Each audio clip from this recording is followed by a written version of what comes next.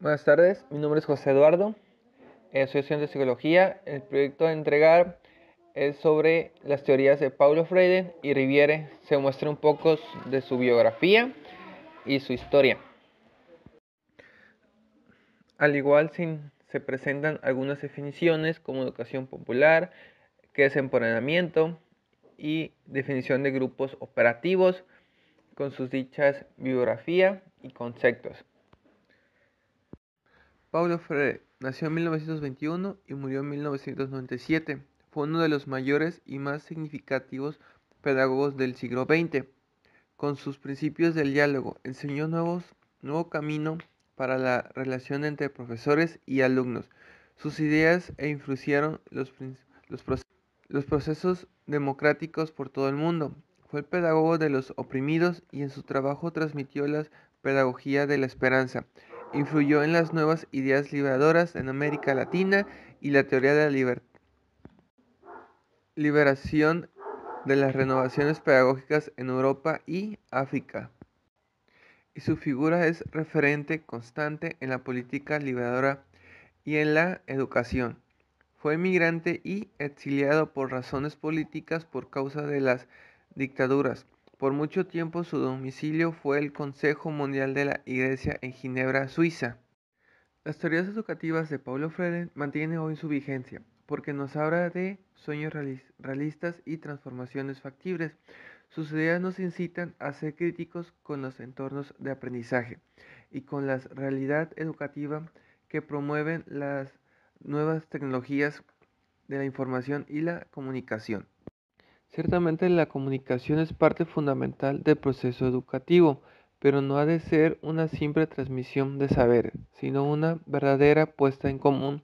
Freire nos enseña que educador y educado son agentes activos del diálogo. El profesor es un incitador en las comunicaciones, pero el educando debe también interactuar, verbalizar y compartir sus ideas del mundo. Se trata de hablar y escuchar considerando que decir es sinónimo de escribir y entender es sinónimo de leer.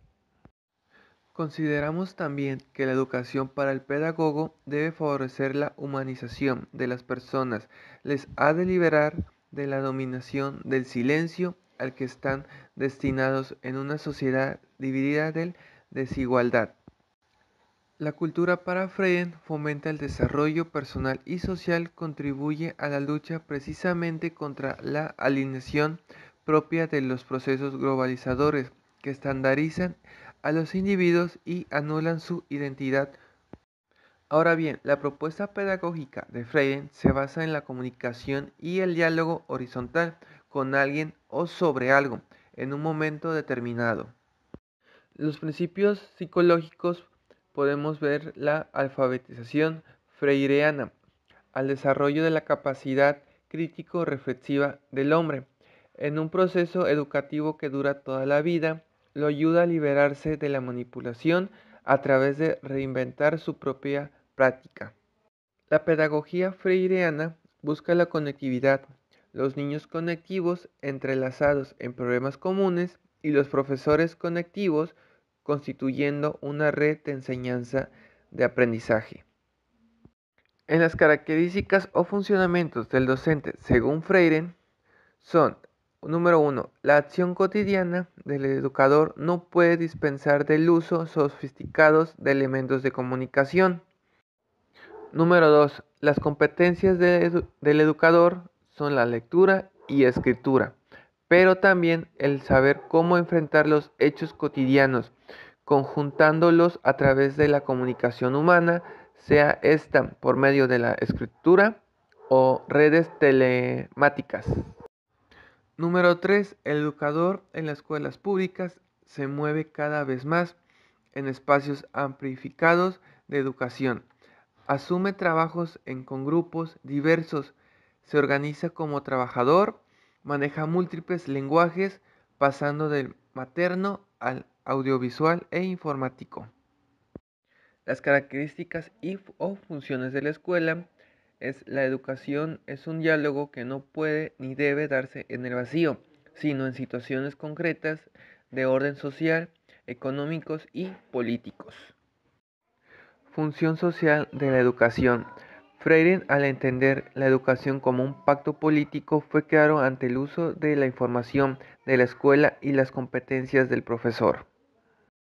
La educación debe ser liberadora y mostrar el cambio al desarrollo de una toma de conciencia y actitud crítica del hombre y en su medio, pues solo gracias a esto el hombre podrá escoger y decidir por sí solo. Solo a través de este camino surgirá un hombre plenamente consciente, comprometido y dispuesto a intervenir en su realidad para cambiarla. Enrique Pichón Riviere, 25 de junio de 1907 hasta 16 de julio de 1977. Era un suizo psiquiatra naturalizado argentino, considerado uno de los instructores del psicoanálisis del Grupo de Argentina y el generador de la teoría grupo conocido como grupo operativo. Contexto histórico. Riviere propone una lectura materialista histórica del psiquismo, partiendo así de los opuestos necesidad, satisfacción, en donde los seres humanos por necesidad establecen relaciones de producción, lo cual da lugar a una orden social. Los procesos psíquicos se fundamentan en las relaciones materiales que hombres y mujeres producen para satisfacer sus necesidades. La fundamentación de la teoría de los grupos operativos inicia después de lo que se denomina experiencia Rosario, una investigación de carácter interdisciplinario y acumulativo. Concepto de grupos. Pichón Riviere entiende que un grupo es un conjunto restringido de personas que ligadas por constantes espacios temporales, el cual articulando en su mutua representación interna se propone de forma implícita y explícita una tarea que conformada su finalidad interactuando a través de complejos mecánicos de asunción y adjudicación de roles. Los miembros de un grupo están entrelazados entre ellos y en un tiempo y espacio determinados que todos comparten, articulando en su mutua representación interna vínculos internos. El otro representa algo para cada persona del grupo. Estas son personales. Grupos operativos. La técnica de grupos creadas por Pichón se llama grupos operativos y tiene por finalidad aprender a pensar en términos de resolución en las dificultades creadas y manifestadas en el campo grupal y no de forma individual, lo cual sería un psicoanálisis individual en grupo. Así, de acuerdo al marco teórico de la psicología social, la meta de los grupos operativos es aprender a pensar. En efecto, no puede perderse de vista que el pensamiento y el conocimiento son producciones sociales. Necesariamente, para aprender a pensar, el individuo necesita del otro, su presencia, su discurso, su diálogo u otra forma de expresión posible. Pensar siempre es pensar en grupo.